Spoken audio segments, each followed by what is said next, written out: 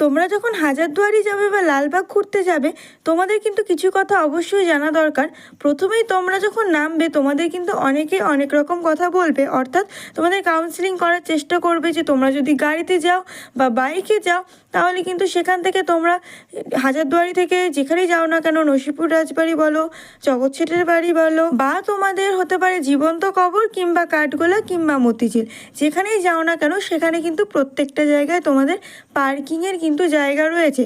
তাই যদি কেউ বাইকে যাও বা বড় গাড়ি করে যাও, ওখানে কিন্তু ওদের কাউন্সেলিংয়ের মাধ্যমে তোমরা বোকা হয়ে যেও না যে ওখানে তোমাদের পার্কিংয়ের জায়গা নেই, সেই জন্য তোমাদের টমটমেই যেতে হবে। তো সেরকম কোনো বিষয় নেই।